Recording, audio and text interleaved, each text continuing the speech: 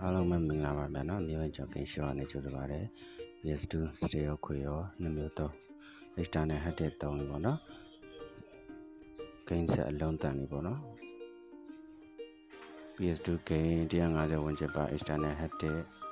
အသစ်တစ်ခုနဲ့ဘုကလုတ်တစ်နှလုံးနော်စကြောင်မမကတစ်တစ်ခုဒီမနေ့တွေ့တဲ့ပြူနေပါချိုမီချိုနော်ဒီဂိမ်းဆက်လေးကရန်ကုန်အင်းဆိုင်ရတဲ့ထိုင်းနိုင်ငံကိုပို့ပေးရမှာပေါ့နော်ထိုင်းနိုင်ငံနေပြီးတော့သူဒီရန်ကုန်ကဒီမာရီတော်ရီစီကိုအနေနဲ့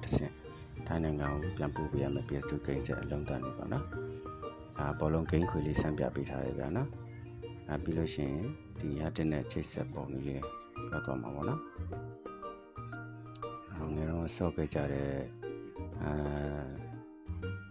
ပြီးရဘောလုံးဂိမ်းခွေလေးပေါ့နော်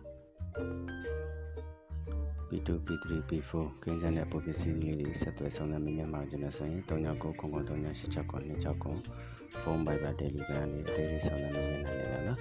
ရန်ကုန်မြို့ရင်းပစ္စည်းအောင်ကိုကြည့်ရပါတယ်နေဘက်ကဆိုရင်တော့ဝေမနီကောင်ကေပေကောင်လေးနဲ့ငွေကျူလဲမှာရမယ်ဗျာနော်မမရီကထိုးမယ်အဒစ်ကထွက်လာတဲ့ USB ကောင်လေးထိုးမယ်နော်ပြီးဂိမ်းဆက်ပါဝါလေးဖွင့်လိုက်မယ်matrix ဆိုတာလေးတက်လာမယ်နော်ပြီး OBS ဆိုတဲ့ software လေးတက်လာမယ် OBS ဆိုတဲ့ software လေး16 MB မှာကတ်ထဲမှာပါတာနော်ဂိမ်းတွေပေါ်လာတဲ့ဟာတန်းစီပြီးလဲမှာဂိမ်းတွေပေါ်နေတဲ့ဟာဒီ external hard disk ထဲမှာပါတာပေါ့နော်ဒါလေးကို R1 နဲ့နောက်တစ်မျက်နှာရောက်သွားမယ်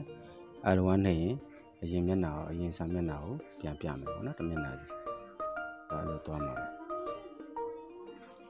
ဒါတော့အမြန်ရွေးတဲ့အတိုင်းသူကအဲ့မှာ ABCD နဲ့ C နေရာလိုက်တော့ဂိမ်းနာမည်တွေပါပြီးသားပေါ့နော်မကောရဝါဆိုရင် GCD မှာပေါ့ GTA တို့ GTA ဆို GCD ဆိုရင် R1 နှိပ်လိုက်လို့ရှိရင်တစ်မျက်နှာ20ရှိရဂိမ်းရတဲ့20ရှိရအဲ့လိုသွားမှာပေါ့နော်ဂိမ်းကွန်ဒီစာရွက်လေးလည်းလက်ဆောင်ထည့်ပေးထားတယ်ဗျာနော်ဒါလေးကဟိုပေါ့ GTA5 မှုရတာလေးပေါ့နော်တချို့က P2 မှာရလာကြတာမျိုးဒါမဲ့ဆိုအစီကြီးလည်းတော့မဟုတ် GTA Sandra ကိုဆိုတာ GTA5 ပုံစံ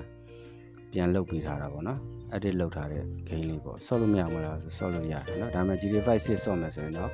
PS3 PS4 မှာပဲ GTA 5 6ဆော့လို့ရမယ် PS2 ကတော့